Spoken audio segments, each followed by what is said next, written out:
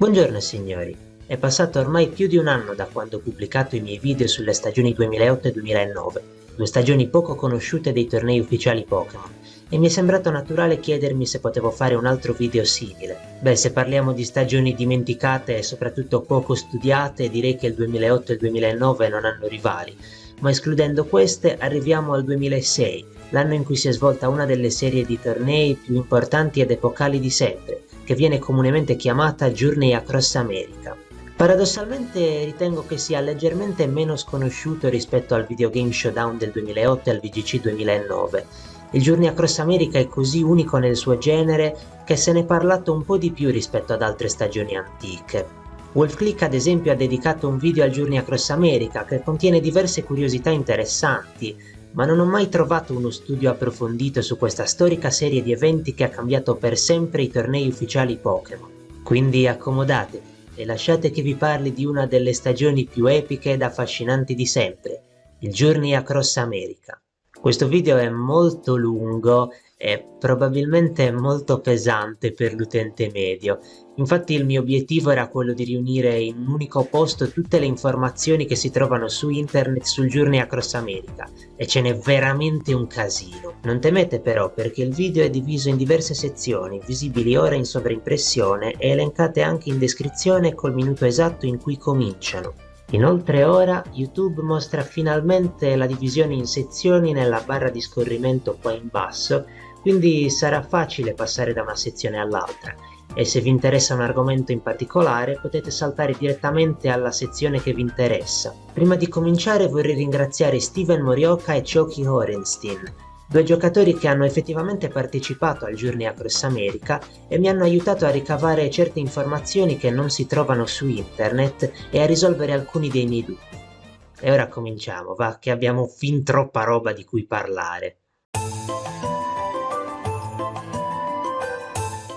Finora ho detto che parleremo di una serie di tornei che viene chiamata Journey Across America e ho detto per semplicità che è una stagione, ma facciamo alcune precisazioni.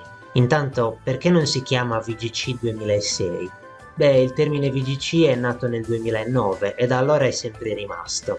Evidentemente tra il 2009 e il 2010 la Pokémon Company International ha deciso di fare delle vere e proprie stagioni, cioè dei circuiti di tornei da ripetere annualmente. Prima del 2009 però non doveva esserci quest'idea di fare tornei così regolarmente, e quindi ogni eventuale torneo che si svolgeva prendeva un nome sempre diverso. Oppure, come nel 2006, addirittura non esisteva un nome ufficiale per i tornei di quell'anno. Ma allora da dove è uscito il termine Journey Across America? Beh, in realtà Journey Across America era il nome di un tour che la Pokémon USA Inc., che successivamente è diventata Pokémon Company International, ha organizzato negli Stati Uniti per festeggiare il 10° anniversario della serie Pokémon. Ogni settimana dal 25 febbraio 2006 fino all'estate veniva organizzata una giornata di festa in una città diversa. Questi eventi festivi si svolgevano quasi sempre in un centro commerciale e comprendevano diverse attività, tra cui farsi una foto con Pikachu e Munchlax, farsi insegnare da alcuni tutor come si gioca con le carte Pokémon, provare in anteprima lo spin-off Pokémon Link, ricevere una carta Pokémon speciale e ricevere alcuni Pokémon evento. Questi ultimi erano celebi, più altri 20 Pokémon che erano stati selezionati tra i preferiti dai fan in un sondaggio sul sito ufficiale Pokémon che si era svolto prima del Journey Across America. Quindi era come se fosse una specie di Pokémon Day che però durava un solo giorno e ogni 7 giorni, a volte anche di meno, si spostava in una città diversa. Come avrete capito, tra le diverse attività del Journey Across America c'erano anche dei tornei di videogiochi Pokémon. In ogni tappa del Journey Across America si svolgeva un torneo qualificatorio che permetteva al vincitore di qualificarsi al campionato nazionale dell'8 agosto 2006, che si sarebbe svolto al Bryant Park di New York in occasione del Party of the Decade, l'evento conclusivo dei festeggiamenti del 10° anniversario Pokémon. Questa è stata la più grande serie di tornei di videogiochi Pokémon mai vista fino ad allora negli Stati Uniti. Ricordate quanti pochi tornei c'erano nel 2008 e 2009? Beh, pensate che nel 2006 ci sono stati 26 tornei qualificatori più i nazionali. C'erano infatti 24 tappe del Journey Across America programmate fin dall'inizio, più 2 tornei qualificatori extra annunciati in un secondo momento, che si sono svolti al Rockefeller Center di New York e allo Space Center Houston. Quindi, considerando tutto quanto, la Pennsylvania, la California, la Florida e la città di New York hanno avuto 2 eventi qualificatori, il Texas ne ha avuti 3, ma tutti gli altri si sono svolti in uno stato diverso, quindi ben 20 stati degli Stati Uniti hanno avuto almeno un torneo qualificatorio. Prima di parlare di tornei veri e propri, vorrei subito affrontare l'argomento del regolamento delle battaglie nel 2006, perché ci sono diverse informazioni che ci torneranno utili più avanti. Nel periodo in cui si svolgeva il Journey Across America non erano ancora usciti Pokémon Diamante e Perla, quindi i tornei si sono svolti sui giochi di terza generazione. Tutte le battaglie si svolgevano collegando il proprio Game Boy Advance a Pokémon XD su GameCube, e a differenza di tutte le stagioni successive non dovevi per forza usare un gioco o una coppia di giochi in particolare, potevi usare Rubino e Zaffiro, Rosso Poké Verde Foglia oppure Smeraldo, erano tutti validi. La caratteristica più notevole delle battaglie del Journey Across America era che erano in doppio. Oggi per noi questo è scontato perché è diventato lo standard nei tornei ufficiali, ma all'epoca non era per niente scontato. Tecnicamente il Journey Across America non è stato il primo torneo in doppio, perché in Giappone c'erano già stati precedentemente dei tornei ufficiali che avevano usato questo formato, come i tornei della Pokémon Festa 2004 e 2005. Questi però erano eventi ufficiali giapponesi Nintendo. Invece il Journey Across America era organizzato dalla Pokémon USA Inc., che poi è diventata Pokémon Company International, ed è, che io sappia, il primo torneo ufficiale americano in doppio. Tutti i tornei della TPCI dopo il 2006 sono stati in doppio, quindi il Journey Across America, assieme al Video Game Showdown del 2008 che ha confermato questa tendenza, è il vero e proprio precursore del VGC moderno. L'altra caratteristica principale del Journey Across America è che si potevano utilizzare tutti i Pokémon tranne Mew, Celebi, Jirachi e Deoxys, quindi erano disponibili anche Pokémon come Kyogre, Groudon, Mewtwo, eccetera. Contrariamente alle stagioni successive però non c'era nessun limite sul numero di Uber che potevi utilizzare, quindi teoricamente era possibile portare a un torneo una squadra formata anche da 6 Uber. Il Journey Across America usava già quella modalità che all'epoca veniva chiamata Stadium Mode, cioè bisognava portare un massimo di 6 Pokémon in squadra, ma poi quando si andava a lottare bisognava scegliere 4 Pokémon da portare in campo, esattamente come si fa oggi. Inoltre, siccome si giocava su Pokémon XD, c'era la Team Preview. Questa caratteristica è sparita per molti anni dopo il Journey Across America. Pensate che dopo il 2006 la Team Preview in tutte le partite è tornata solo nel 2011 con la quinta generazione. La Team Preview nel 2006 poteva essere un po' diversa da quello di oggi a volte, non per una questione di regolamento, ma per un'abitudine che prima c'era e che adesso è un po' sparita. Oggi quasi sempre si mettono in squadra 6 Pokémon che possono essere tutti quanti potenzialmente utilizzabili. Invece nel Journey Across America diverse persone costruivano ancora le squadre pensando di usare solamente 4 Pokémon e gli ultimi 2 Pokémon servivano soltanto per bluffare. Per esempio potevi mettere in squadra Kyogre più Ludicolo, non perché volessi usarli veramente, ma per costringere l'avversario a preoccuparsi della pioggia e magari costringerlo a portare dei Pokémon che erano deboli contro gli altri 4 membri della tua squadra. Oltre all'anteprima c'era anche il timer integrato nel gioco di Pokémon XD, quindi anche da questo punto di vista il Journey Across America era più moderno rispetto ai tornei della quarta generazione. Il problema però è che c'erano soltanto 8 minuti per completare una partita e solamente 30 secondi per scegliere una mossa. Mi piacerebbe dirvi che è tutto qua, ma sapete cosa succedeva in Pokémon XD quando ti scadeva il tempo per scegliere una mossa? Beh, il gioco sceglieva una mossa a caso su un Pokémon a caso, compresi i tuoi stessi Pokémon. Come potete immaginare, quindi, a volte si verificavano delle situazioni esilaranti. Ad esempio nel torneo di Chicago, al giocatore Anthony Speno è capitato al primo round che ha timeoutato e il gioco come mossa gli ha selezionato Spora con Smeargle e si è sporato uno dei suoi stessi Pokémon. Se può consolarvi, alla fine Anthony Speno è riuscito a vincere lo stesso quella partita. Quando scadeva il timer di 8 minuti la partita terminava automaticamente e la vittoria veniva assegnata al giocatore che aveva più Pokémon. o in caso di parità, al giocatore che aveva la squadra con la maggiore percentuale di PS rimanenti. Una caratteristica che non si è mai più rivista dopo il Journey Across America invece era la presenza della Sleep Clause e della Freeze Clause. Secondo la Sleep Clause non si può mandare a dormire più di un Pokémon in una squadra, mentre senza la Freeze Clause non si può congelare più di un Pokémon di una squadra. Peccato che non è sicuro al 100% come cazzo funzionassero queste regole. Il modo in cui più probabilmente funzionava è che queste regole venivano settate direttamente nel gioco.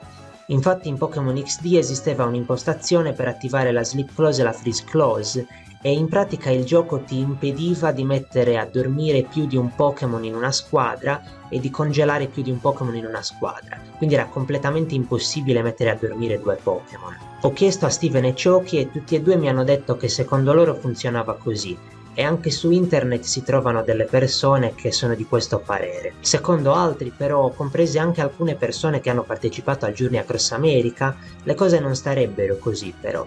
Infatti secondo loro ti veniva data un auto-loss se mettevi a dormire o se congelavi due Pokémon della squadra avversaria. Io credo che venisse usato il metodo automatizzato di Pokémon XD, però il regolamento del resto non è chiaro e capisco come mai la gente può aver pensato a questa seconda interpretazione. E c'è stato anche un giocatore che era talmente convinto di questa seconda interpretazione che addirittura ha pensato di sfruttarla a suo vantaggio. Si tratta di David Stone, meglio noto come Obi, che originariamente stava pensando di portare al Journey Across America in squadra Wobbuffet con Bacca Prugna. L'idea era questa: se un Pokémon avesse usato una mossa come spora, Obi avrebbe usato ripeti con Wobbuffet, costringendolo a ripetere la sua mossa.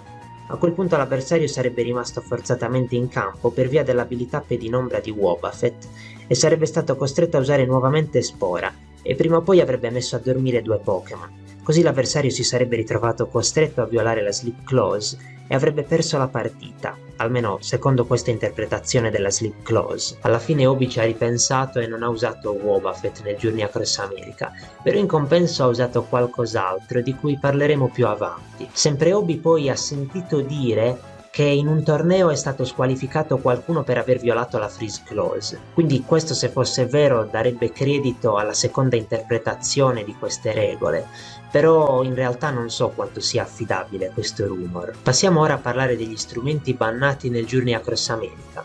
Era bannata la Porygiada, perché prima era uno strumento che rendeva potentissimi Latios e Latias e solo recentemente è stata nerfata. Inoltre era proibito dare ai Pokémon la Bacca Enigma, uno strumento che in realtà non era neanche legalmente ottenibile nei giochi e che era solamente un placeholder per le bacche ottenute con l'e-reader, un hardware che si poteva collegare al Game Boy Advance. Ma il mio ban preferito è un altro e non riguarda solo uno strumento.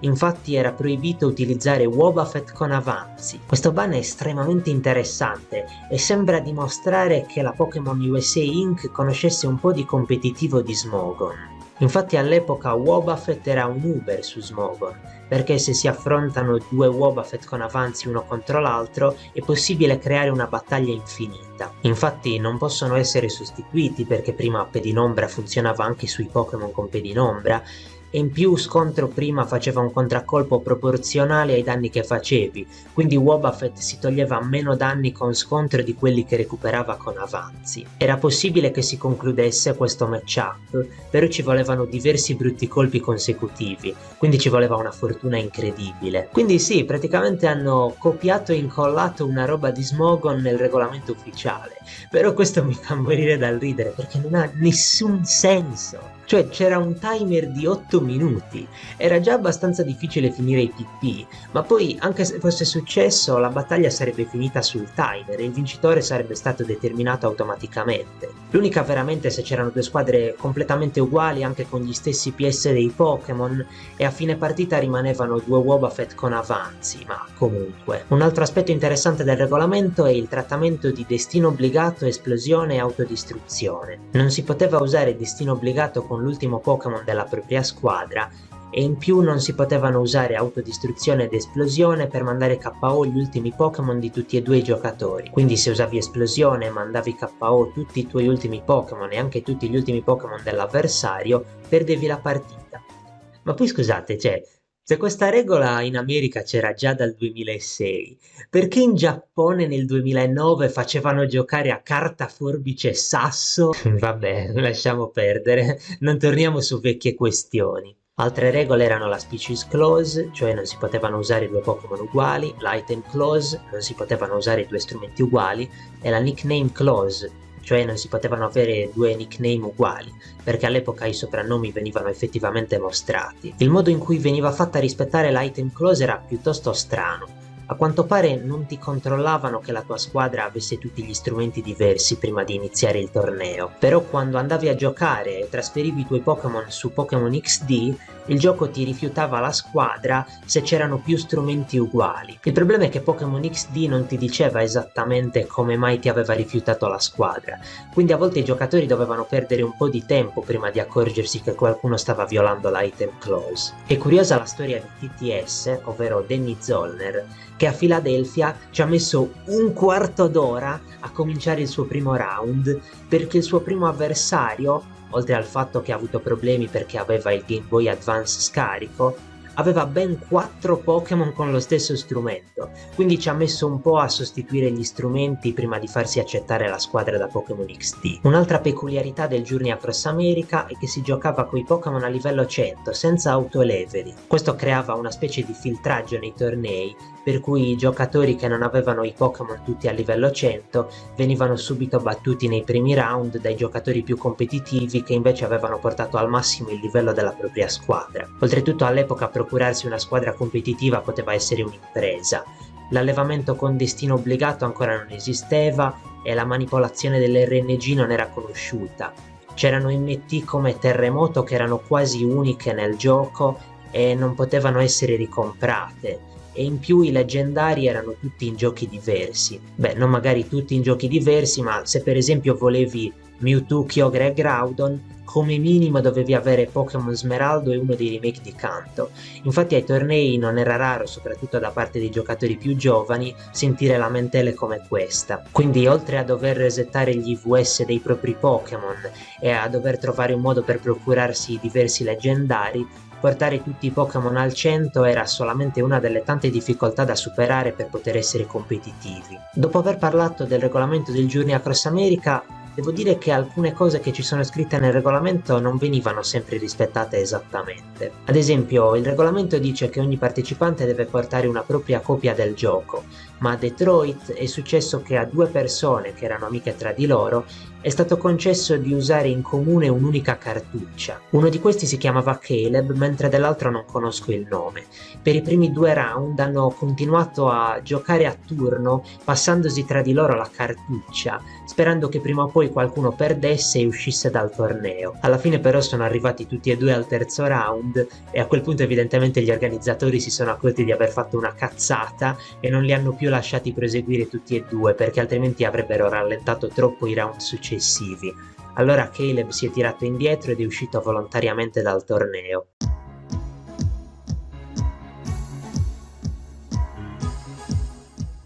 Prima di parlare dei tornei qualificatori veri e propri, parliamo di come ci si poteva qualificare ai tornei qualificatori. Infatti il loro ingresso non era aperto a tutti, ma bisognava superare prima un quiz online.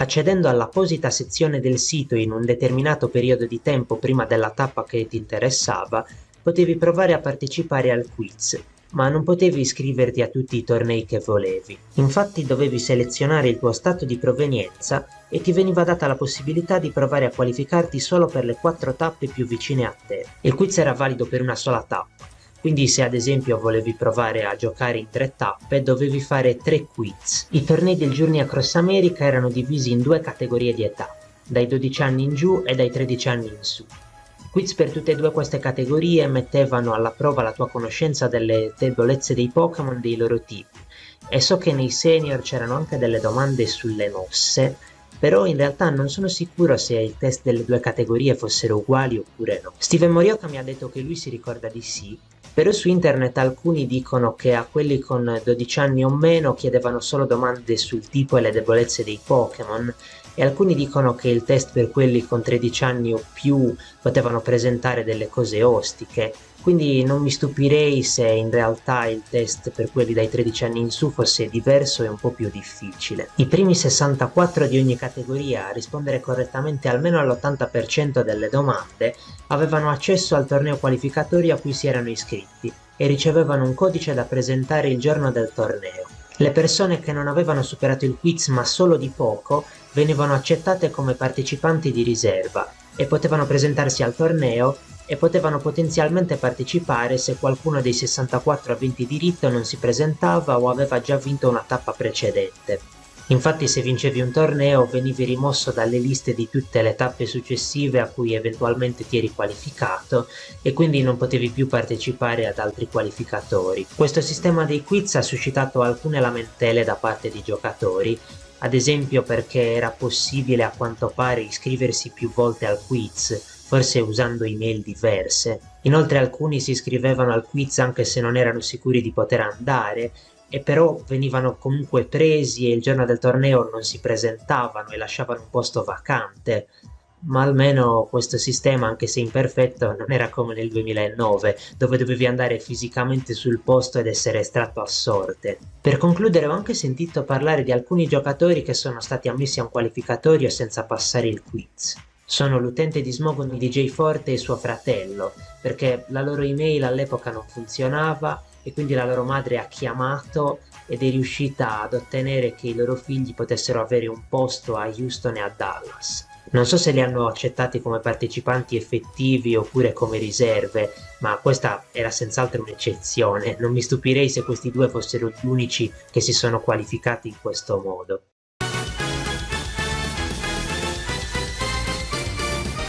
Gli eventi qualificatori veri e propri, che si svolgevano fisicamente nelle tappe del Journey Across America, erano tornei con 64 partecipanti per ciascuna categoria di età. Tutte le partite si giocavano su GameCube, però c'erano soltanto 16 televisori agli eventi, quindi al primo round bisognava dividere i giocatori in due gruppi, però dal secondo round in poi invece si procedeva normalmente e tutti potevano giocare contemporaneamente perché c'era un televisore per tutti. La struttura dei tornei era molto semplice, solamente il vincitore di ciascuna categoria si qualificava ai nazionali ed erano a single elimination best of one, tranne per qualche motivo nelle prime tappe del Journey Across America dove solamente il primo round era in best of three. Sì, non capisco la logica di questa scelta, ma del resto, signori, l'organizzazione delle prime tappe a volte poteva lasciare al desiderare. Per esempio nei primi tornei il vincitore non riceveva neanche la medaglia il giorno stesso, ma gliela inviavano qualche tempo dopo via posta. Nelle tappe successive invece questo è stato risolto e il vincitore riceveva la medaglia direttamente lì dopo la finale. Ma comunque, tralasciando questa parentesi, il torneo delle persone dai 12 anni in giù si svolgeva dalle 10 alle 13:30, mentre dalle 13:30 in poi c'erano quelli dai 13 anni in su. Prima di iniziare il torneo bisognava mettersi in fila per presentare il proprio numero di iscrizione. Questa potrà sembrarvi una minchiata, però in realtà era stranamente molto importante per le sorti del torneo. Infatti gli accoppiamenti non venivano fatti a caso, ma i giocatori venivano messi nella bracket del torneo in ordine di iscrizione. Quindi praticamente al primo round capitavi contro la persona che era in fila davanti a te o dietro di te. Col passare dei tornei i giocatori si sono accorti di questa cosa, ma non so dire se qualcuno abbia mai pensato di cambiare la propria posizione in fila per cercare di manipolare il proprio matchup al primo round. Un'altra stranezza era questa. Oggi siamo abituati a vedere tutti i round separati. Il secondo round comincia solo quando tutte le partite del primo sono finite. Invece nel Journey Across America funzionava come in Pokémon Showdown, cioè appena il tuo prossimo avversario era disponibile te lo facevano affrontare. Quindi se uno riusciva a terminare diverse partite, poteva andare a spiare i suoi prossimi avversari che non avevano ancora finito di giocare, proprio come si fa su Pokémon Showdown. Come abbiamo già visto, poteva capitare che alcuni giocatori che si erano iscritti non si presentassero al torneo, lasciando un posto vacante, e in tal caso venivano ammessi partecipanti di riserva. Se c'erano più partecipanti di riserva rispetto ai posti disponibili, si estraeva a sorte tra le riserve per decidere chi doveva entrare nel torneo. Magari potreste pensare che era abbastanza raro che uno non si presentasse al torneo, ma in realtà alcune delle tappe erano praticamente semideserte. Ad esempio nel torneo di Raleigh, nella categoria dai 13 anni in su, si sono presentati solo 32 dei 64 giocatori qualificati. Addirittura ho sentito dire che c'erano 16 partecipanti di riserva e molto bastardamente non li hanno neanche tenuti in considerazione e hanno direttamente fatto il secondo round, quindi sono partiti dalla top 32 e hanno lasciato perdere tutti i partecipanti di riserva. Però ho qualche dubbio su questo, infatti si trovano anche testimonianze contrastanti secondo cui tutti e 16 sono stati ammessi e le persone senza un avversario al primo round hanno semplicemente ricevuto un bye, che poi era quello che normalmente succedeva nel Journey Across America, quindi non vedo perché a Raleigh avrebbero dovuto comportarsi in modo diverso. In diversi tornei ci sono stati degli esempi di partecipanti di riserva che sono stati estratti a sorte e però sono arrivati anche molto in alto. Uno è Choki Horenstein, che nella tappa di Cincinnati era un partecipante di riserva e c'erano 15 riserve e solo 3 posti disponibili, ma lui ha avuto la fortuna di essere stato a sorte e alla fine è riuscito a vincere il torneo. Un altro esempio un po' più particolare è avvenuto alla tappa di Detroit, dove Justin Epstein si è presentato al torneo col numero di iscrizione di qualcun altro. Infatti un suo amico gli aveva regalato il suo numero perché si era qualificato col quiz online ma non poteva presentarsi al torneo. Gli organizzatori non hanno accettato di farlo entrare col numero di un'altra persona, ma l'hanno messo eccezionalmente tra i personaggi di riserva e poi lui è stato estratto ed è riuscito a vincere il torneo. Curiosamente anche a Philadelphia al vincitore Justin Hill è successa esattamente la stessa cosa di Justin Epstein. Da quel che abbiamo detto finora è chiaro che nel Journey Across America il livello di partecipanti era piuttosto vario. Il quiz online non garantiva che chi entrava nel torneo fosse un giocatore esperto e a volte anche dopo il primo round nei qualificatori si trovavano persone coi Pokémon sotto il livello 100, perché magari si erano affrontate 2 persone coi Pokémon sottolivellati al primo round e una era passata al secondo round. In più, a volte anche alcuni dei giocatori di maggior talento non erano dei giocatori provetti come quelli di oggi. Il doppio era un formato nuovo in Occidente e per tanti questo è stato il primo torneo, quindi non conoscevano magari esattamente tutte le meccaniche. Tornando sempre al vincitore di Detroit, Justin Epstein, il Journey Across America è stata la prima volta che lui ha giocato competitivamente. Il suo amico Choki Horenstein gli aveva parlato dei tornei ufficiali nel 2005 e allora lui nel 2006 ha deciso di partecipare al Journey Across America, che è stata praticamente la sua unica stagione, perché dopo il 2006 non ha giocato a nessun torneo, tranne uno. Ebbene, pensate che Justin nel terzo round di Detroit ha utilizzato lanciafiamme su un Suicune perché pensava che fosse di tipo ghiaccio, e al quarto round non ha usato terremoto ma frana su un Dusclops perché si era dimenticato che non aveva levitazione e avrebbe perso la partita se non avesse fatto tentennare Dusclops. Poi Justin non solo ha vinto a Detroit, ma è anche arrivato in semifinale ai nazionali, quindi probabilmente era un giocatore abbastanza decente. Comunque sia, capite che tra single elimination, best of one e il metodo di qualificazione coi quiz, i qualificatori del Journey Across America non sempre garantivano che fosse il giocatore più bravo a vincere.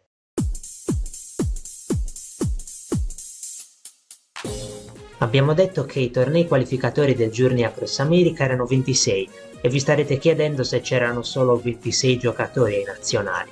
E la risposta è no. Infatti c'era un secondo metodo di qualificarsi ai nazionali, il Second Chance Online Challenge Quiz, che per brevità viene anche chiamato Second Chance Qualifier. Si trattava di un quiz online simile a quello per le tappe del Journey Across America, ma le sue iscrizioni erano aperte dal 1 luglio all'8 luglio, oppure fino a esaurimento di posti disponibili, e garantiva un accesso diretto ai nazionali. Era un test più lungo e più impegnativo rispetto a quello dei qualificatori, e anche in questo caso chi rispondeva correttamente all'80% o più delle domande si qualificava. In alcuni siti, specificamente Bulbapedia, si legge ancora oggi che i posti messi in palio dal Second Chance Qualifier erano 8, ma questo è falso. Inizialmente era così, perché in origine dovevano esserci soltanto 24 tappe, ma poi con l'aggiunta delle 2 tappe in più i posti sono diventati 6, o almeno questa era l'idea. Infatti a luglio, quando è iniziato il quiz,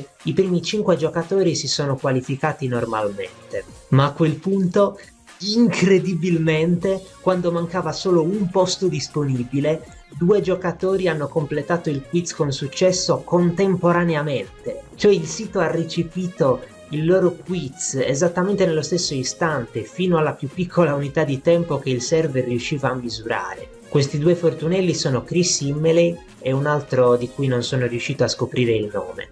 Per non fare un torto a nessuno dei 2, la Pokémon USA Inc. ha deciso di invitarli entrambi ai nazionali e di fargli giocare prima del primo round una partita di spareggio per vedere chi dei 2 sarebbe entrato nel torneo. Alla fine però non ce n'è stato neanche bisogno, perché uno dei partecipanti, Gabriel Guzman, è stato squalificato prima del torneo perché non ha passato l'hack check. Quindi questo incidente è stato effettivamente determinante, perché altrimenti il torneo sarebbe rimasto con soli 31 giocatori.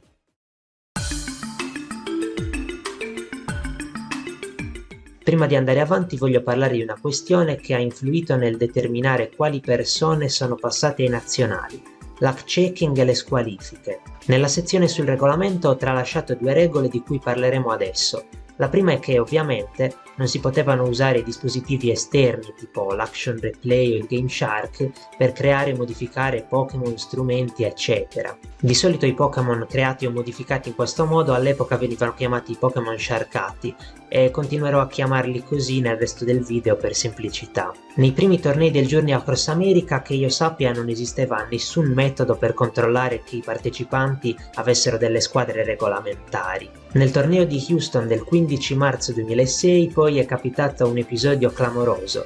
Spencer Horn, noto anche come Roy, ha vinto il torneo utilizzando dei Pokémon sharkati. Ha solo modificato gli IVS dei Pokémon della sua squadra portandoli a 31, ma è pur sempre un'infrazione del regolamento. Su internet si è subito sparsa questa voce e il caso di Roy è diventato piuttosto famoso, e la Pokémon USA Inc. già dall'epoca leggeva diversi forum e non mi sorprenderei se avesse sentito parlare di questo episodio. Stranamente poi Roy non è stato squalificato dopo il torneo, anche perché appunto non c'era hack checking, quindi non era possibile dimostrare ufficialmente che avesse barato.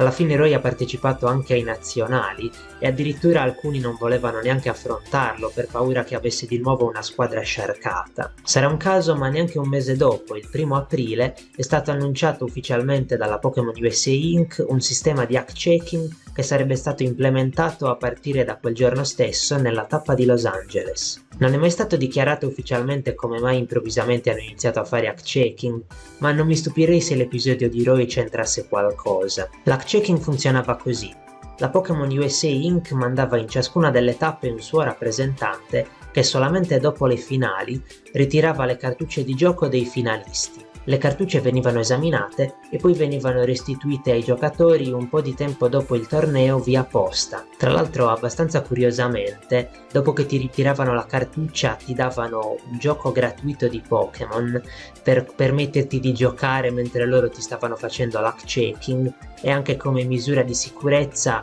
se per caso il tuo gioco andava perduto mentre te lo spedivano via posta. Insomma, questo metodo non ti impediva affatto di portare dei Pokémon truccati nel torneo, però se arrivavi in finale venivi beccato e se avevi vinto perdevi la possibilità di andare ai nazionali e veniva mandato al posto tuo il secondo classificato. Non so cosa avessero intenzione di fare se tutti e 2 i finalisti non passavano l'hack check, però non mi risulta che un caso del genere sia mai successo. In ogni caso, a partire da aprile diversi vincitori di tornei sono stati squalificati.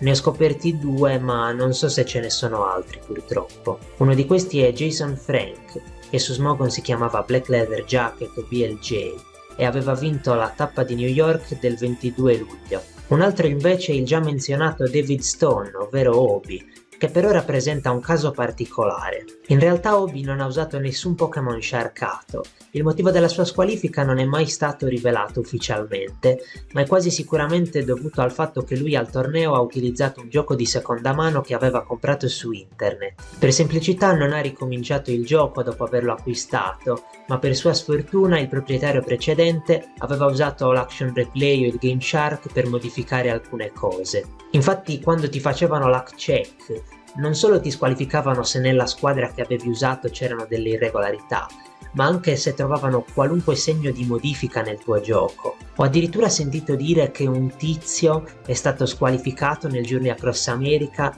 perché aveva 999 Pokéball nella borsa, anche se teoricamente potresti procurartele legalmente. Ma non so chi sia questo tizio. Ora passiamo alla seconda regola di cui non vi ho parlato nella sezione sul regolamento. Secondo questa regola potevano partecipare ai nazionali solo i residenti legali degli Stati Uniti, e questa regola è stata effettivamente applicata. Il leggendario Mike Papagiannis, meglio noto come Scarm, ha vinto la tappa di Chicago, ma non gli è stato concesso di partecipare ai nazionali perché era canadese. È anche interessante che al posto di Scarm è stato mandato ai nazionali Calvin Chan, che era arrivato secondo a Chicago, e poi è arrivato effettivamente secondo anche ai nazionali.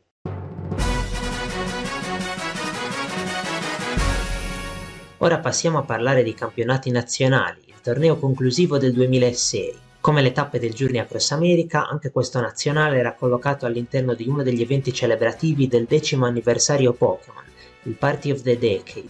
Il Party of the Decade era l'evento conclusivo dei festeggiamenti statunitensi per il 10° anniversario Pokémon e si è svolto l'8 agosto 2006 al Bryant Park di New York. Questo evento aveva diverse attività, come il Journey Across America, ma con alcune differenze.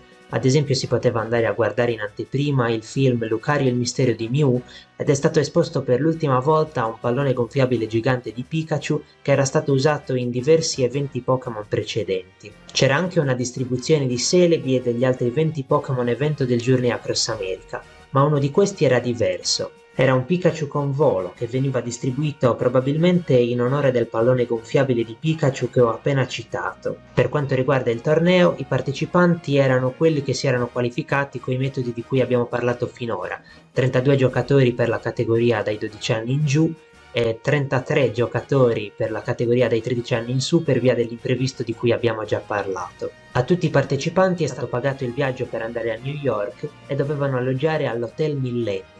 Al momento dell'hack check all'hotel, tutti quanti dovevano consegnare la propria cartuccia di gioco perché, a differenza di quanto avveniva nelle tappe del Journey Across America, l'hack check veniva fatto a tutti i partecipanti. Ti controllavano la cartuccia entro il giorno dopo e poi te la restituivano solo l'indomani, poco prima che iniziasse il torneo. Come abbiamo già detto, poi uno dei partecipanti della categoria dei 13 anni in su, Gabriel Guzman, non ha passato questo hack check ed è stato squalificato. La sera prima del torneo tutti i partecipanti hanno anche ricevuto una cena speciale all'Hudson Theater offerta dalla Pokémon USA Inc. Il torneo vero e proprio anche in questo caso era Best of One e Single Elimination.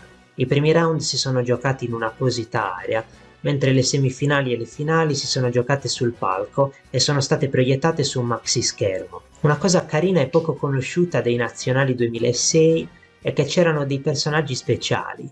Ad esempio c'erano dei cosplayer che erano travestiti da personaggi della serie Pokémon. Tra questi c'erano Teo e Thea, i due reporter di Pokémon Rubino e Zaffiro che vanno in giro nei percorsi attorno a Forestopoli e ti sfidano a fare delle lotte in doppio. Questi due cosplayer andavano con una telecamera e un microfono a intervistare i giocatori dopo che finivano le loro partite e gli chiedevano di descrivere la loro ultima battaglia con una sola parola, proprio come facevano nei giochi di terza generazione. Conosco una sola di queste interviste ed è epica, è stata fatta ad Amazing Ampharos, ovvero Chris Immeley, che quando gli hanno fatto questa domanda ha risposto: la parola che vorrei usare è una parola che probabilmente non dovrei dire. A quel punto allora una delle organizzatrici del torneo lo ha guardato male e Chris allora come unica parola per descrivere la sua battaglia ha scelto Mispredict. Un'altra curiosità che invece è molto famosa era che a commentare le semifinali e le finali c'era un ospite d'eccezione, Hulk Hogan.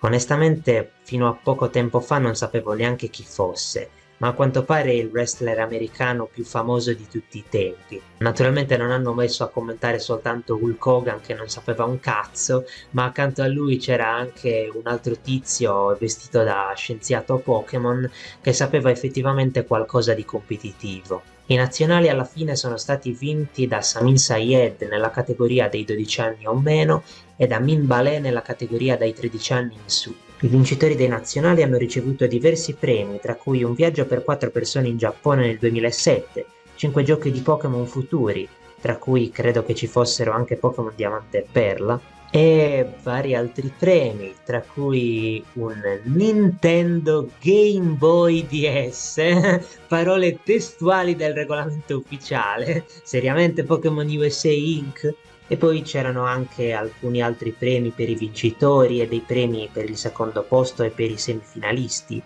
Ma su Bulbapedia ho letto anche che i vincitori hanno ottenuto un Game Boy Advance con i diamanti incastonati. Vabbè, saranno stati diamanti finti, ma comunque, da dove se la sono tirata fuori questa informazione? Sul regolamento non è elencato questo premio, quindi magari questa è un'altra stronzata di Bulbapedia, però vai a saperlo. Se volete vedere la bracket dei nazionali e tutti i qualificati, li troverete nella sezione sulle squadre e i risultati dei tornei. Vorrei però soffermarmi già da adesso su uno dei partecipanti. Infatti una delle persone che si sono qualificate col Second Chance Qualifier era Miroslava Morioka, la madre di Steven e Wesley Morioka. Cioè, non so se vi rendete conto di questa figata. Steven e Wesley sono due dei giocatori più forti delle vecchie stagioni. Wesley è il campione nazionale americano del 2010 e anche Steven era molto forte. È arrivato quinto ai campionati nazionali degli Stati Uniti nel 2013 e 14esimo ai mondiali nello stesso anno.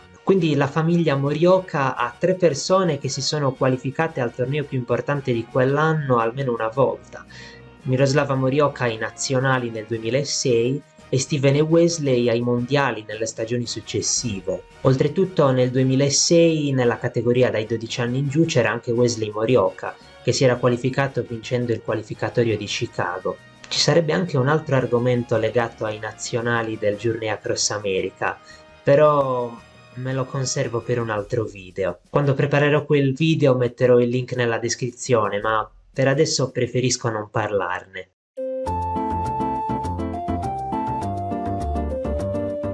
Da quel che abbiamo detto finora potete rendervi conto che il Journey Across America era un torneo enorme e anche piuttosto moderno per quei tempi. Infatti il Journey Across America è stato spesso ricordato con nostalgia dai giocatori, specialmente nella quarta generazione. Molte persone rimpiangevano alcune delle caratteristiche del Journey Across America. Del resto il Journey Across America è stato uno degli unici tornei vecchi a non essere subordinato ai tornei di carte. Infatti prima le vecchie stagioni del VGC erano quasi sempre degli eventi secondari dei tornei di TCG. Il Journey Across America invece non è stato trattato come un torneo di seconda classe.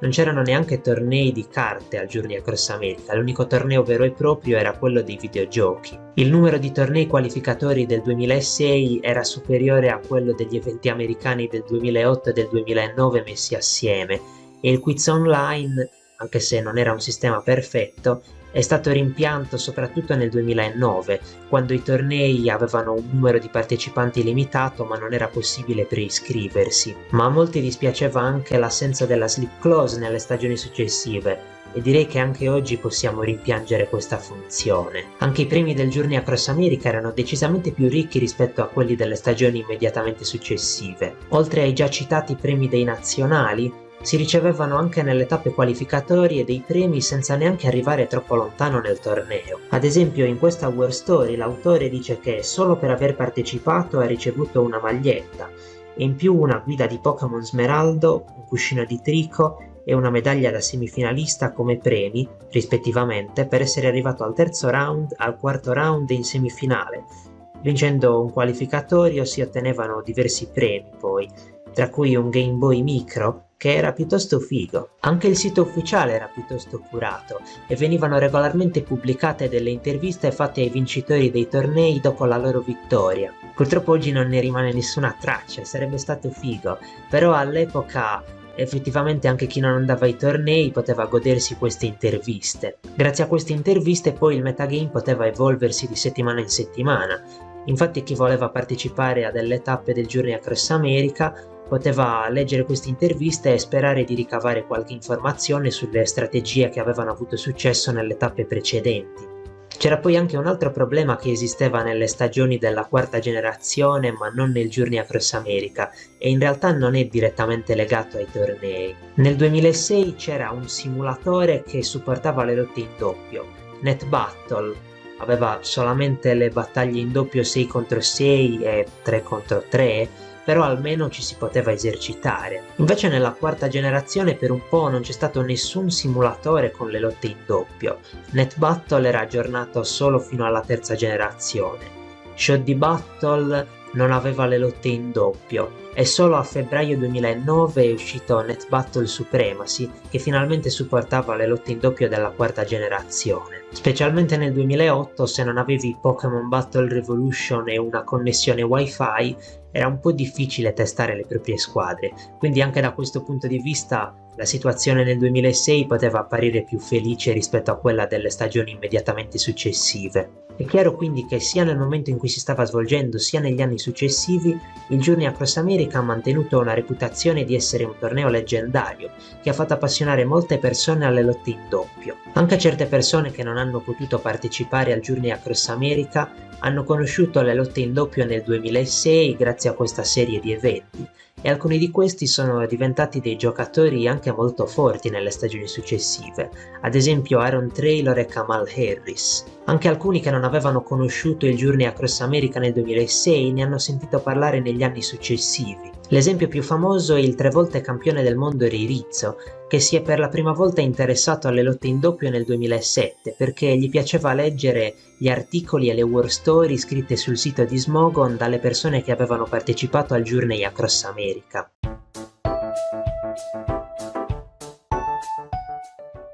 Bene signori, dopo la parte storica del video passiamo finalmente a parlare del metagame. Prima di parlare delle strategie più popolari del 2006 però vorrei spiegarvi alcune meccaniche diverse della terza generazione che ci aiuteranno a capire come funzionavano le battaglie. La prima differenza riguardava le mosse ad area, che erano differenziate tra mosse che colpiscono solo gli avversari e mosse che colpiscono tutti i Pokémon intorno. Le mosse ad area che colpivano solo gli avversari avevano la potenza dimezzata, quindi facevano abbastanza schifo. Fanghiglia e Zampillo e anche Surf, che all'epoca colpiva solo gli avversari, erano decisamente più scarse e infatti spesso la mossa unica che usava Kyogre come mossa di tipo acqua era Idropompa. Le mosse che colpiscono tutti i Pokémon, compreso il tuo compagno, però mantenevano la loro potenza originale. Evidentemente Game Freak ha pensato che siccome colpivi anche il tuo compagno non c'era bisogno di indebolire la loro potenza per bilanciarle. Ma alcune mosse di questo tipo così erano potentissime.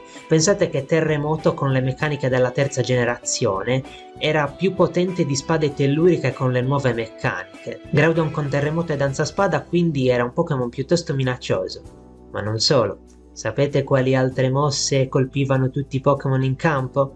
Autodistruzione ed esplosione. Come ho già detto diverse volte sul canale, prima della quinta generazione esplosione e autodistruzione erano molto più potenti, perché calcolavano i danni come se il Pokémon colpito avesse la difesa dimezzata. Unite questo al fatto che nella terza generazione non veniva ridotta la potenza delle mosse che colpiscono tutti i Pokémon attorno e potrete rendervi conto di quanto cazzo erano potenti autodistruzione ed esplosione. Pensate che con le meccaniche di oggi autodistruzione nelle lotte in doppio fa solamente il 37,5% dei danni che faceva nella terza generazione. Queste mosse erano così dominanti che protezione era considerata una mossa praticamente obbligatoria su tutti i Pokémon o quasi. È interessante infatti che protezione in doppio originariamente sia stata usata più per esplosione che per altro, ma altrimenti la sua utilità era dibattuta. Infatti alcuni all'inizio credevano che protezione fosse utile solo per esplosione e autodistruzione, invece secondo altri era una mossa utile in generale. Alla fine già dal Journey Across America diversi giocatori si sono convinti attraverso la loro esperienza nei tornei che protezione era una mossa utile non solo per esplosione e autodistruzione ma anche in generale. Un'altra meccanica diversa era che, ovviamente, la divisione tra mosse fisiche e mosse speciali era basata sul tipo della mossa. Questo non è che abbia influenzato il metagame in modo determinante, però faceva sì che alcune mosse fossero diverse da come sono oggi. Ad esempio tutte le mosse spettro erano fisiche, quindi Palla Ombra era una mossa di coverage usata comunemente su Snorlax, e anche tutte le mosse di tipo roccia erano fisiche, quindi Forza Antica era effettivamente un'alternativa a Frana, che come abbiamo detto aveva la potenza dimezzata per via del fatto che colpiva solo gli avversari. Ho sentito anche parlare di un'altra meccanica la cui esistenza è a dir poco incerta. E ancora una volta questa meccanica ci viene fornita dalla nostra fonte preferita di rumor, Obi. Obi ha sentito dire che nel Journey Across America Destino Obbligato funzionava anche sul compagno di chi la usa. Quindi mettiamo che hai Gengar e Snorlax. Gengar usa Destino Obbligato poi l'avversario manda KO Snorlax, bene, l'avversario va KO lo stesso perché si attiva comunque l'effetto di destino obbligato, secondo Obi. In realtà nei giochi di terza generazione non funziona così questa meccanica, però Obi dice di aver sentito che in un torneo è successa una cosa del genere. L'unica possibilità che questo sia vero quindi è che fosse un glitch o una meccanica diversa di Pokémon XD. Ma onestamente signori, probabilmente sarà l'ennesima stronzata di Obi. Poi se qualcuno vuole andare su Pokémon XD e testare questa cosa per confermare o sfatare questa leggenda metropolitana, mi faccia sapere. Tornando alle meccaniche realmente esistenti, la caratteristica più strana del Journey Across America però era sicuramente un'altra. Oggi il gioco ti fa sostituire i Pokémon dopo che uno dei tuoi Pokémon è andato KO alla fine del turno. Nelle lotte in doppio della terza generazione, invece, appena un Pokémon andava KO il gioco ti chiedeva di sostituirlo, anche a metà del turno. Questa meccanica era assurda! Cioè, vi rendete conto di cosa vuol dire questo? Praticamente era possibile mandare KO più di 2 Pokémon avversari in un solo turno. Teoricamente poteva succedere che tu usavi esplosione, mandavi KO i 2 avversari e poi l'avversario era costretto a mandare in campo gli altri 2 Pokémon e tu li potevi mandare KO con un'altra esplosione. Non so se questa cosa particolare è mai successa, ma sicuramente questa meccanica delle sostituzioni ha influito su molte partite, la più famosa delle quali è la semifinale dei nazionali, Min Ballet contro Greg Rousseau. Min aveva usato riflesso con Clefable, ma Greg ha comunque deciso di usare autodistruzione col suo Mewtwo sperando di mandare KO gli avversari. Purtroppo per lui gli avversari sopravvivono. Greg è costretto a mandare in campo un altro Pokémon al posto di Mewtwo. Decide allora di mandare Kyogre, ma Min aveva usato contatore con Clefable e ha mandato KO il Kyogre appena entrato in campo. Oggi questo non sarebbe successo, perché Kyogre sarebbe entrato alla fine del turno, dopo che Clefable aveva già usato la sua mossa. Ora che abbiamo parlato delle varie meccaniche diverse della terza generazione, passiamo a un altro argomento, gli strumenti. Molti degli strumenti che usiamo oggi sono stati introdotti nella quarta generazione o successivamente e all'epoca non esistevano. C'erano ben da scelta avanzi e alcuni altri, però spesso le scelte di strumenti da parte dei giocatori all'epoca potevano essere piuttosto diverse rispetto a quelle di oggi. Uno degli esempi principali sono le cosiddette Pinch Berry. Queste bacche portano a +1 una statistica quando il Pokémon ha meno del 25% di IPS. Di gran lunga la più popolare era la bacca Salak, che portava a +1 la velocità, ed era una specie di stola scelta prima che esistesse la stola scelta, con la differenza ovviamente che potevi scegliere le mosse che volevi e non eri bloccato. Il modo più facile di attivare queste bacche era senz'altro usare resistenza. Se ti attaccava a un Pokémon e ti lasciava un PS, ti si attivava la bacca ed eri a posto. C'erano anche le altre bacche, ma per il resto non è che ci fossero tutti questi strumenti forti e la scelta era piuttosto limitata, quindi non era raro che i giocatori mettessero degli strumenti alla cazzo di cane sui Pokémon giusto per non lasciarli senza nulla. Ad esempio a volte si usava Rapida Artigli oppure Scope Lens anche sui Pokémon che non avevano un'alta probabilità di fare brutto colpo. Passiamo ora ad alcune considerazioni generali sul metagame.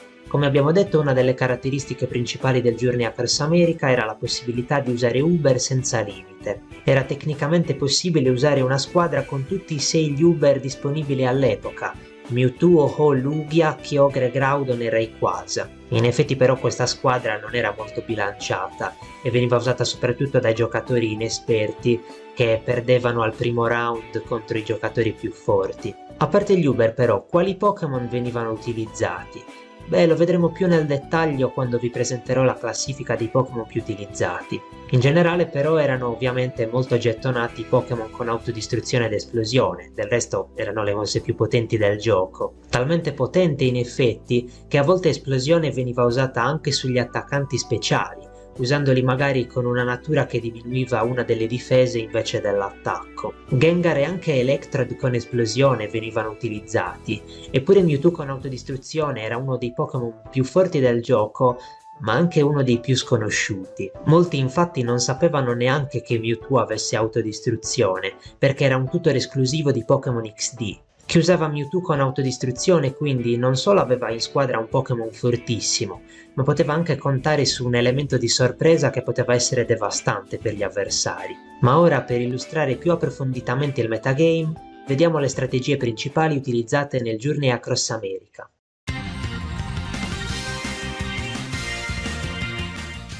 Fortunatamente questo aspetto del Journey Across America è molto ben documentato. Esiste infatti un articolo di Michael Bolter, meglio noto come 5K Runner, che contiene la descrizione di numerose strategie utilizzate nel Journey Across America. 5K Runner ha partecipato in prima persona al Journey Across America e l'articolo originariamente è stato scritto intorno al 2007, quindi è una fonte piuttosto affidabile e secondo l'autore contiene tutte le strategie principali. La prima strategia di cui parleremo è anche una delle più affascinanti strategie del passato. È stata usata originariamente da David Stone, un moderatore di Smogon che all'epoca usava il nickname Obi-Wan Kenobi, ma che è generalmente conosciuto come Obi. Dovendo andare alla tappa di Denver del Journey Across America, Obi si è messo a pensare a come poteva avere successo nelle lotte in doppio. Riteneva che il doppio fosse molto matchup based, quindi voleva una squadra che non lasciasse all'avversario il tempo di reagire. Con le sue abilità di team building, Obi è riuscito a inventare una strategia che lo ha portato a vincere il torneo di Denver. Questa strategia, che lui chiamava semplicemente strategia di Smeargle del Journey Across America, funzionava così. Si parte leadando con Smeargle più un Pokémon con esplosione o autodistruzione, che nel caso di Obi era Mewtwo. Smeargle usava resistenza e Mewtwo autodistruzione, sperando di mandare KO tutti e due gli avversari. Secondo Obi non era la fine del mondo se non li mandavi KO tutti e due, anche se proteggevano entrambi, perché così al turno dopo non si sarebbero probabilmente protetti. Dopo autodistruzione, Smeargle resisteva con un PS e attivava la sua bacca Salak, portandosi a +1 velocità. Al posto di Mewtwo entrava un Pokémon con bruciapelo, che nella squadra di Obi era Jynx. Al turno dopo Smeargle faceva Spora su un Pokémon e Jynx faceva bruciapelo sull'altro.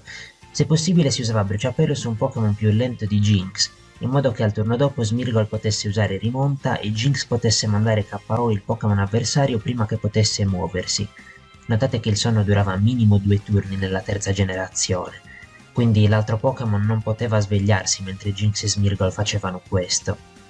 Questa strategia era sostanzialmente un autopilot, ma come ha detto Obi dopo il torneo, la maggior parte dei suoi avversari avevano lo 0% di possibilità di vincere, perché avevano un brutto matchup contro di lui o non erano preparati. Il fattore sorpresa era piuttosto importante. Sappiamo già che Obi non è stato ammesso a partecipare ai nazionali, ma lui ha detto che se fosse potuto andare avrebbe cambiato squadra. Infatti la sua strategia è diventata subito famosa e lui sapeva che senza il fattore sorpresa la sua squadra sarebbe diventata più difficile da usare. La storia di questa strategia nel Journey Across America però non finisce qui.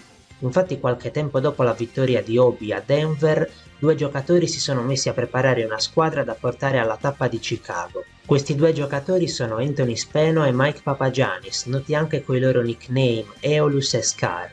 Il team era una squadra standard con diversi sweeper potenti, ma Aeolus e Skarm volevano una modalità secondaria.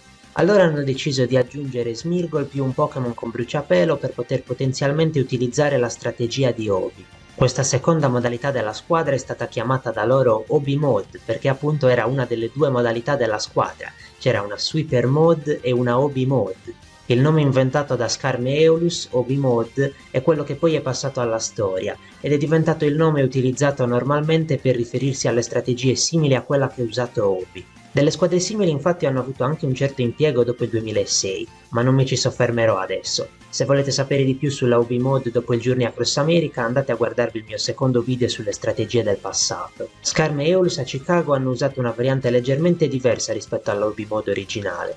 Innanzitutto Skarm, e credo anche Aeolus, avevano come Pokémon con autodistruzione Snorlax e non Mewtwo, perché Skarm non si era reso conto che Mewtwo imparasse questa mossa. L'altra differenza rispetto alla Obi Mode originale è il Pokémon con bruciapelo.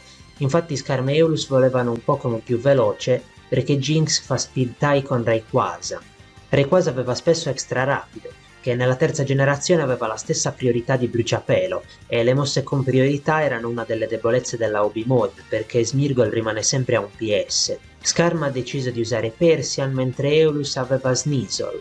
Tutti e 2 hanno velocità 115 di base ed erano i Pokémon con bruciapelo più veloci del gioco. Alla fine al torneo di Chicago Aeolus è arrivato al secondo round, mentre Skarm è riuscito a vincere. Come sappiamo però anche lui è stato squalificato come Obi, quindi praticamente la Obi Mode ha fatto una strage nel 2006. 2 persone che ci hanno vinto non hanno potuto partecipare ai nazionali. Un altro giocatore che aveva in squadra una Obi Mode era Frictron a Philadelphia e aveva la stessa squadra di Skarm ma con Metagross al posto di Snorlax perché non aveva il GameCube e non poteva procurarsi Snorlax con autodistruzione. Frictron ha perso al secondo round senza mai portare in campo la Obi Mode. Un'altra strategia del Journey Across America era quella di utilizzare Dusclops con esclusiva più un Pokémon con esplosione. L'invenzione di questa strategia è solitamente attribuita a 5K Runner e a Steven Shotwell, noto anche come Aima Wario, che l'hanno inventata più o meno nello stesso periodo indipendentemente l'uno dall'altro. L'idea è piuttosto semplice. Come si fa a fermare esplosione? Beh, proteggendosi. Quindi questa strategia consiste nell'utilizzare Dusclops con esclusiva e protezione per impedire agli avversari di proteggersi e poi usare liberamente autodistruzione o esplosione con un altro Pokémon, solitamente Mewtwo o Snorlax. Una cosa carina di Dusclops era anche il suo move pool. Infatti gli si poteva insegnare terremoto oppure geloraggio per impedire agli avversari di usare queste mosse. Esclusiva più terremoto era utile per bloccare Groudon, mentre esclusiva più geloraggio poteva servire se avevi un Rayquaza in squadra e volevi proteggerlo, perché Rayquaza è debole per 4 a geloraggio. Altre strategie popolarissime erano quelle basate sul meteo. La presenza di Kyogre e Groudon nel metagame rendeva queste squadre piuttosto facili da costruire. Funzionava più o meno come quelle di oggi, c'era un Pokémon che setta il meteo e altri Pokémon che possono sfruttarlo. Ovviamente le prime scelte come Pokémon per sfruttare il meteo erano i Pokémon con Nuoto Velox e Clorofilla. I Pokémon con Nuoto Velox più utilizzati erano già da allora Ludicolo e Kingdra, ma anche Qwilfish poteva essere potenzialmente utile perché aveva autodistruzione come mossa tutor di Pokémon XD.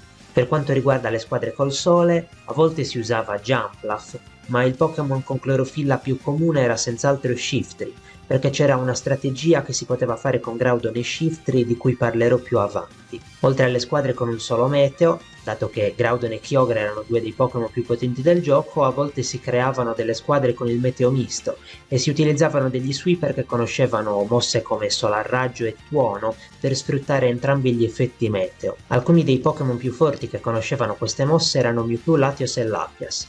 5K Runner stesso ha utilizzato una squadra col meteo misto a Detroit che aveva Mewtwo e Latios ed è arrivato in semifinale. Un'altra strategia era semplicemente quella di mettere tutti gli Uber e i Pokémon più potenti del gioco nella stessa squadra. Questo tipo di strategia è chiamata Top Tier nell'articolo di 5K Runner e le squadre basate su questa idea erano utilizzate come squadre iperoffensive che cercavano di sconfiggere gli avversari il prima possibile. Le famose squadre con 6 Uber di cui ho parlato prima erano un esempio famoso di una squadra top tier usata soprattutto dai principianti, ma i giocatori più esperti preferivano invece usare solo i 4 Uber considerati più potenti, che solitamente erano Mewtwo, Groudon, Kyogre e Rayquaza. Accanto a questi venivano messi altri 2 Pokémon potenti, solitamente Snorlax più un altro Pokémon a scelta. Infatti a volte l'ultimo Pokémon era un po' troppo a scelta, nel senso proprio che alcuni giocatori se ne sbattevano le balle e ci mettevano un Pokémon inutile, convinti che la squadra fosse già abbastanza forte anche con 5 Pokémon. Ad esempio il finalista dei nazionali nella categoria dai 12 anni in giù aveva in squadra 4 Uber, Snorlax e un Wooper soprannominato OMG Woopa, e quando vi mostrerò le squadre dei tornei potrete divertirvi a trovare anche un tizio che aveva Battlefree in squadra, che era dichiaratamente un filler inutile. Una delle strategie più devastanti consisteva nell'utilizzare un Pokémon con esplosione più un Pokémon con Baccasalacca e resistenza. La strategia ha la stessa idea della Obi Mode, cioè utilizzare esplosione per cercare di sconfiggere gli avversari e contemporaneamente attivare la Baccasalacca dello Sweeper, che userà resistenza e andrà a più 1 velocità per via della bacca. Lo sweeper più comune per usare questa strategia era Groudon. Era particolarmente usata la combo Shiftry più Groudon. Shiftry infatti era il supporter ideale per Groudon. Aveva clorofilla e poteva usare bruciapelo per permettere a Groudon di usare danzaspada. Al turno dopo bastava poi usare la resistenza più esplosione per devastare gli avversari e portare Groudon a più 1 velocità. Dopodiché Groudon sweepava il resto della squadra utilizzando terremoto. C'è anche un altro famigerato esempio di questa strategia. Infatti c'era un personaggio piuttosto controverso che odiava gli Uber e giudicava negativamente le persone che li utilizzavano. Questo ragazzo, che all'epoca ha fatto abbastanza parlare di sé, voleva dimostrare che si poteva vincere un torneo qualificatorio senza Uber. Addirittura sembra che considerasse Snorlax uno pseudo Uber e si rifiutava di usarlo. Alla fine è veramente riuscito in questa impresa e ha vinto un torneo. La sua strategia era basata su una lead con un Pokémon con esplosione, più Heracross con resistenza, Baccasalacca e contropiede. Contropiede ha 200 potenza quando hai un PS, ed Heracross a più 1 è piuttosto veloce, quindi questa strategia poteva senz'altro sorprendere gli avversari. Questo tizio però ha fatto molti tentativi prima di riuscire a vincere un torneo, è stato a 3 o 4 tornei qualificatori, quindi molti dei suoi detrattori hanno discreditato la sua vittoria. Con qualche incertezza credo che questo qua fosse Fabian Ruiz, il vincitore di Salt Lake City. L'inizio di una sua partita dei nazionali, quella del primo round contro Taylor Bailey, è stata ripresa con una telecamera. Non si vede una beata mazza, però sembra proprio che stia usando esplosione più Heracross con resistenza. Un'altra strategia possibile era quella di utilizzare un Pokémon con Sono Qui più un altro Pokémon che usava delle mosse per potenziarsi. Questo non era l'archetipo più comune, ma è comunque notevole perché Mimbalè con questa strategia ha vinto sia il qualificatorio di Washington sia il campionato nazionale. Le due squadre usate da Mini in questi tornei avevano entrambe Clefable con Sono Qui più Groudon con Danzaspada, ma anche altre combinazioni erano possibili, ad esempio Togetic più Groudon, perché Togetic era immune a terremoto. 5K Runner nel suo articolo ipotizza anche le combo Clefable più Snorlax con Panciamburo e Clefable più Smeargle con Panciamburo e Staffetta, ma non le usava praticamente nessuno.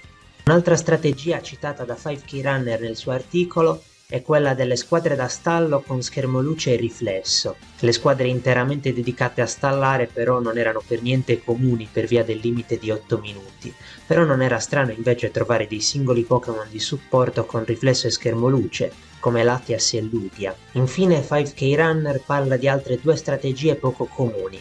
La prima era quella di usare Bull su un Pokémon con Bakaki. In particolare era interessante la combo di Lugia con Bullo più Groudon con Bakaki, perché Lugia è immune a terremoto e quindi ha una bella sinergia con Groudon. La seconda è quella di usare Medicham con Baratto per togliere l'abilità Slacking, ma nessuno usava questa strategia perché era troppo lenta e prevedibile.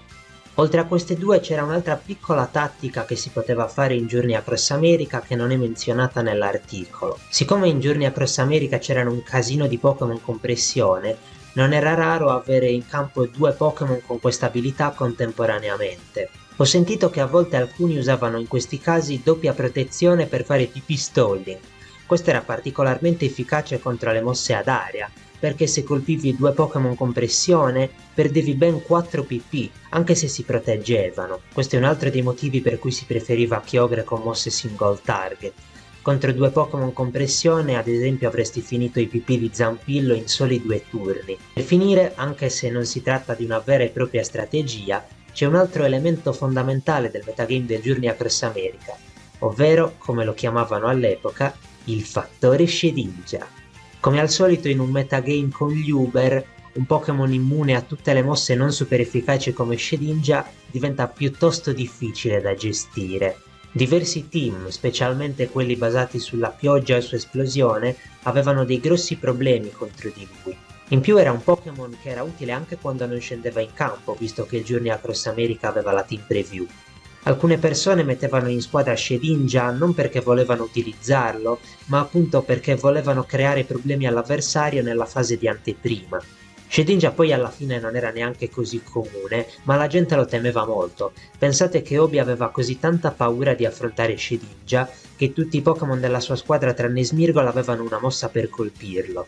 Addirittura il suo Jynx aveva Palla Ombra, che vi ricordo nella terza generazione era una mossa fisica, solamente per colpire Shedinja. Alla fine però Obi non ha trovato nessuno Shedinja nel torneo, ma capite che non poteva rischiare perché la sua strategia era troppo basata sulle mosse di tipo normale, come bruciapelo e autodistruzione.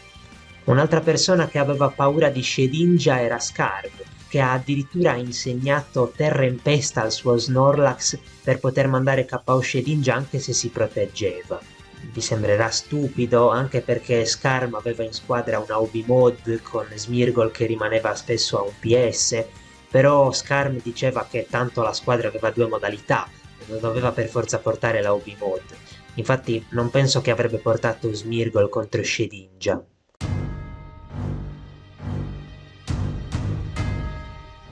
In questa parte vi mostrerò tutte le squadre e i risultati dei tornei che sono riuscito a ricostruire.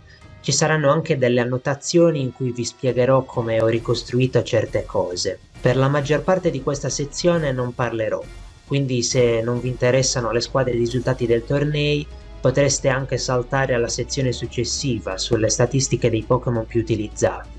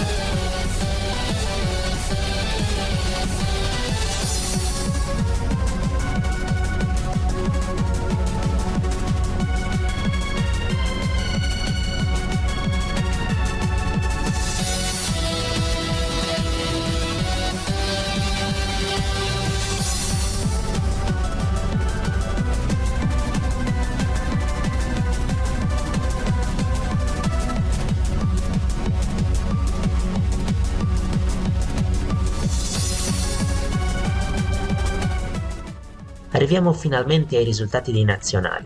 Per una volta non ho dovuto ricostruirli, ma si trovano ancora in giro. Anche il torneo qualificatorio da cui provengono i partecipanti è documentato. Per la categoria dai 13 anni in su si trova su internet questo schema, compilato da Scarm e Luke Swenson. Scarm dice che ci sono alcuni errori nei nomi dei partecipanti, cioè Turman Joe, in realtà si chiama Joe Turman, e il cognome di Cesare è scritto male. Confrontando questa bracket con una foto di quella originale che è stata appesa su un tabellone il giorno dell'evento, possiamo ottenere questa ricostruzione. È interessante che anche nell'originale Turman Joe si chiama così, quindi se c'è un errore lo hanno commesso anche gli organizzatori del torneo.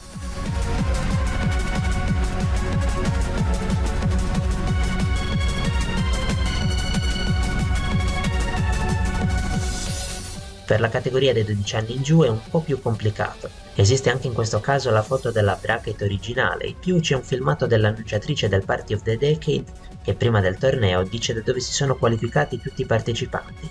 Purtroppo a volte ci sono problemi di audio, ma confrontando la foto con quello che dice la tipa possiamo ricostruire questa bracket. Avrete notato che uno dei posti nella top 32 è vuoto.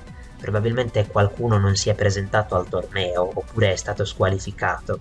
Deve essere uno di quelli che si sono qualificati online. C'è un ragazzo che viene nominato dall'annunciatrice, ma non compare in nessuna bracket.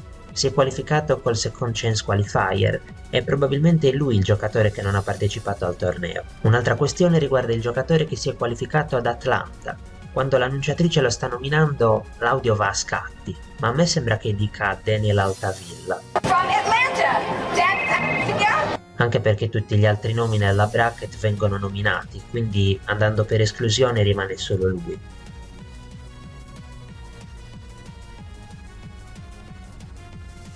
Ecco invece le squadre dei nazionali che sono riuscito a ricostruire per la categoria dai 13 anni in su.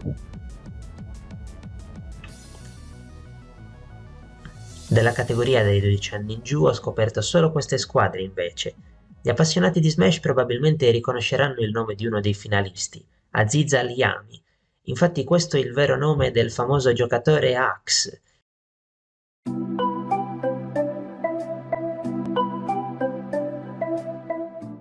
Se mettiamo assieme i dati sulle squadre che sono riuscito a ricostruire, possiamo stilare una classifica dei Pokémon più utilizzati. Sì, molte squadre sono incomplete, non saranno delle statistiche perfette, però se tralasciamo quei casi in cui due giocatori che ho segnato separatamente potrebbero in realtà essere la stessa persona, abbiamo 110 squadre, quindi dovrebbe comunque venire una classifica che riflette decentemente lo stato del metagame nel Journey Across America. Vediamo prima la classifica globale, cioè che comprende sia i dati dei qualificatori sia quelli dei nazionali. Le prime 4 posizioni della classifica sono abbastanza prevedibili, non essendoci nessun limite sul numero di Uber utilizzabili, tanto valeva usare tutti gli Uber più forti. Il Pokémon nettamente più comune era Mewtwo. Kyogre e Groudon si ostacolano un po' a vicenda con il loro effetto meteo, quindi tante volte o usavi uno o usavi l'altro. Invece Mewtwo, oltre ad avere un attacco speciale e una velocità altissimi, poteva sfruttare gli effetti meteo sia di Groudon con Fuoco Bomba, sia di Kyogre con Tuono, e aveva Gelo Raggio per sconfiggere Rayquaza. Rayquaza con la sua abilità annulla gli effetti meteo e ha un move pool meno ampio rispetto a quello di Mewtwo, ma era comunque molto usato. Era immune a terremoto di Groudon e non è la fine del mondo se Rayquaza gli toglie il sole. In più Rayquaza con extra rapido era utile per sconfiggere i Pokémon che usavano resistenza. Kyogre era più usato di Groudon, anche per via di quanto erano popolari e facili da usare le squadre basate sulla pioggia. Notate che Ludicolo è il 7° Pokémon più utilizzato nelle mie statistiche e ci sono anche 4 Kingdra. Anche le squadre col sole più clorofilla non scherzano, Shiftry era addirittura l'8° Pokémon più utilizzato. Ci sono anche 4 Jumpluff, ma in realtà tutti tranne uno sono stati usati in vari tornei da Justin Epstein e Choki, che spesso preparavano assieme le loro squadre. Jumpluff in verità non era molto comune e Choki mi ha raccontato privatamente che prima dei tornei lui e Justin sono stati attenti a non usarlo neanche su Net Battle, il simulatore che si usava all'epoca, perché volevano mantenere l'effetto sorpresa di questo Pokémon. Tra i non Uber i più utilizzati sono Snorlax e Metagross, anche qui abbastanza prevedibilmente. Prima del 2010 questi due sono praticamente sempre i Pokémon più utilizzati per via della loro potenza, della loro capacità difensive e delle loro poche debolezze, oltre al fatto che possono esplodere. Vediamo che Lugia rientra nella top 10 nelle mie statistiche. Non era potente, ma evidentemente offriva un bel supporto con gli schermi, e non essendoci limiti sugli Uber, ovviamente molti lo preferivano a Latios e Latias. Questi due comunque non erano completamente assenti dal metagame, specialmente Latios. I Lati avevano gli schermi, ma anche altruismo a differenza di Lugia, e in più erano più potenti offensivamente, quindi avevano una loro utilità. I Dusclops sono 11, e questo Pokémon ha una storia piuttosto interessante. Se guardate le squadre dei tornei in ordine, ci sono 0 Dusclops prima di giugno, ma dopodiché, negli ultimi 2 mesi del Journey Across America, l'invenzione delle squadre con esclusiva più esplosione ha cambiato tutto e Dusclops è diventato uno dei Pokémon più usati. Gengar invece è stato usato abbastanza regolarmente per tutta la stagione, essendo un Pokémon veloce con esplosione. Essendo lui stesso immune ad esplosione e anche a terremoto, dato che all'epoca aveva levitazione, si adattava a diversi tipi di squadra. Un altro Pokémon veloce con esplosione, come abbiamo detto prima, era Electrode. Invece scendendo in basso nella classifica, noterete molti starter, erano usati soprattutto nei primi round dai giocatori più inesperti. Invece non capisco come mai ci siano 4 Slaking. Addirittura Obi ha affrontato uno Slaking sia in semifinale che in finale nel torneo di Denver, quindi non sono neanche giocatori così che hanno perso ai primi round. Infine il tanto temuto Shedinja non era così comune. 2 dei 4 Shedinja in questa classifica sono stati usati ai nazionali da Justin Epstein e Choki, che hanno preparato la squadra assieme, quindi effettivamente doveva essere piuttosto raro ai regionali, ma era comunque un Pokémon che metteva molta paura. Infine c'è un numero non trascurabile di Credili e non so perché, visto che all'epoca non aveva l'abilità Acquascolo. So che Justin Epstein ne aveva uno, ma era lì giusto per bellezza e anche per confondere gli avversari in team preview. Un altro Credili era nella squadra di Min che ha vinto i nazionali e non so perché l'abbia usato. E gli altri 2 sono in squadre random di Memphis e Raleigh. Queste erano le statistiche unificate, ma è anche interessante vedere separatamente le statistiche dei qualificatori e dei nazionali. Queste sono le statistiche solamente dei qualificatori. Qui Rayquaza ha usato esattamente quanto Groudon, ma questi 2 Pokémon erano comunque molto vicini, anche nella classifica generale, quindi probabilmente questo non è statisticamente significativo. Inoltre qui Shiftry è più in alto di Ludicolo, Dusclops e Gengar. Ecco invece le statistiche dei nazionali. Ho ricostruito solo 19 squadre su 32 e sono anche incomplete, ma più o meno la classifica è simile. I primi 5 sono gli stessi, ma Snorlax è sopra Rayquaza e Groudon. Per il resto vediamo che la pioggia è più popolare del sole e che Lugia e Metagross sono più in basso. L'unica cosa nuova che vi faccio notare è la presenza di 2 Quagsire. Sono stati usati da Epstein e Choki, che come abbiamo detto hanno costruito la squadra insieme. Lo trovo un Pokémon interessante perché credo che il loro Quagsire avesse umidità, un'abilità che blocca esplosione e autodistruzione, una bella trovata anti-metagame da parte dei 2 amici. Non metto le statistiche della categoria dai 12 anni in giù perché non ho quasi nessuna squadra e le poche che ho sono quasi tutte di Chicago e dei nazionali. E finalmente abbiamo finito, signori! In questo video ho voluto mettere tutte le informazioni che ho trovato su internet sul Journey Across America in modo che possa diventare un punto di partenza per chi in futuro vorrà studiare questa stagione. Senz'altro in futuro si potranno scoprire nuove cose sul Journey Across America e non escludo che in questo video ci possano essere delle sviste o degli errori, perciò vi metto in descrizione l'elenco completo delle fonti che ho usato e come al solito ci vediamo al prossimo video.